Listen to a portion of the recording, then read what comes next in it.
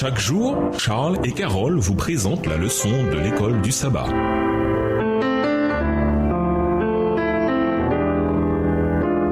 Bienvenue dans votre émission. Dieu nous parle. Nous voilà à la leçon de lundi, lever les visages. Dans le chapitre 10 du Deutéronome, Moïse raconte une nouvelle fois l'histoire du peuple d'Israël et utilise ces récits pour exhorter son peuple à la fidélité. Mais parmi ces exhortations, il dit autre chose. Lisons Deutéronome 10, versets 17 à 19. Quel message essentiel est adressé au peuple ici et pourquoi ce message est-il pertinent pour l'Église de Dieu aujourd'hui? Deutéronome 10, les versets 17 à 19.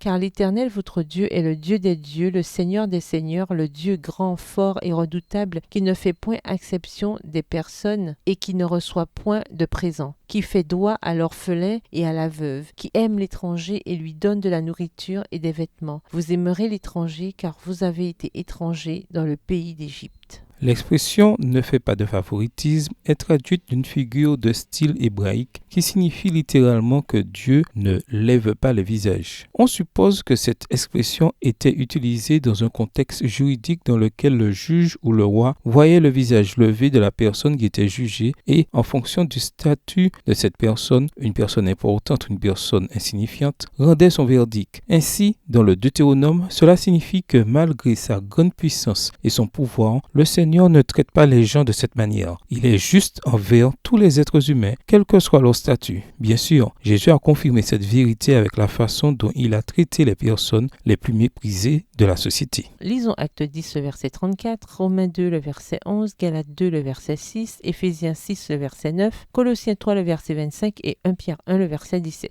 Comment ces textes font-ils référence au verset de Deutéronome 10, le verset 17?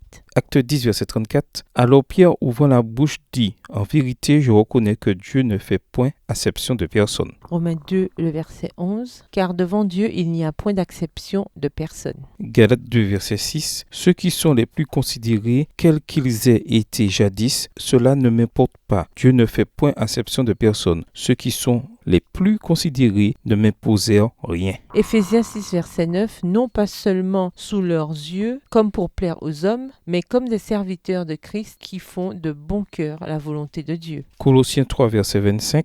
Car celui qui agit injustement recevra selon son injustice, et il n'y a point d'acception de personne. 1 Pierre 1, le verset 17. Et si vous évoquez comme Père celui qui juge selon l'œuvre de chacun, sans acception de personne, conduisez-vous avec crainte pendant le temps de votre pèlerinage. Deutéronome 10, verset 17. Car l'Éternel, votre Dieu, est le Dieu des dieux, le Seigneur des seigneurs, le Dieu grand, fort et terrible, qui ne fait point acception de personne et qui ne reçoit point de présent. Le contexte de ces déclarations est très varié. Dans Éphésiens, Paul raconte aux maîtres de faire attention à la manière dont ils traitent leurs esclaves. Dans Romains, il évoque le fait qu'en matière de salut et de condamnation, il n'y a pas de différence entre les juifs et les gentils. Mais toutes ces déclarations renvoient au Deutéronome et évoquent l'idée que Dieu ne lève pas le visage. Et si le Dieu des dieux, le Seigneur des seigneurs, le Dieu grand, vaillant et redoutable ne le fait pas, alors nous ne devrions bien sûr pas le faire non plus. Dans la façon dont Paul utilise notamment cette expression dans l'Épître aux Romains, nous pouvons voir une révélation de l'Évangile. Nous sommes tous sur le même plan, quel que soit notre statut. Nous sommes tous des êtres déchus et avons tous besoin de la grâce salvatrice de Dieu. Et la bonne nouvelle est que, quel que soit notre statut, le salut est offert à tous en Jésus-Christ. Vous arrive-t-il parfois, même subtilement, de lever les visages? Dans quelle mesure la croix nous montre-t-elle à quel point cette attitude est un péché? Au revoir. Et à demain si Dieu veut.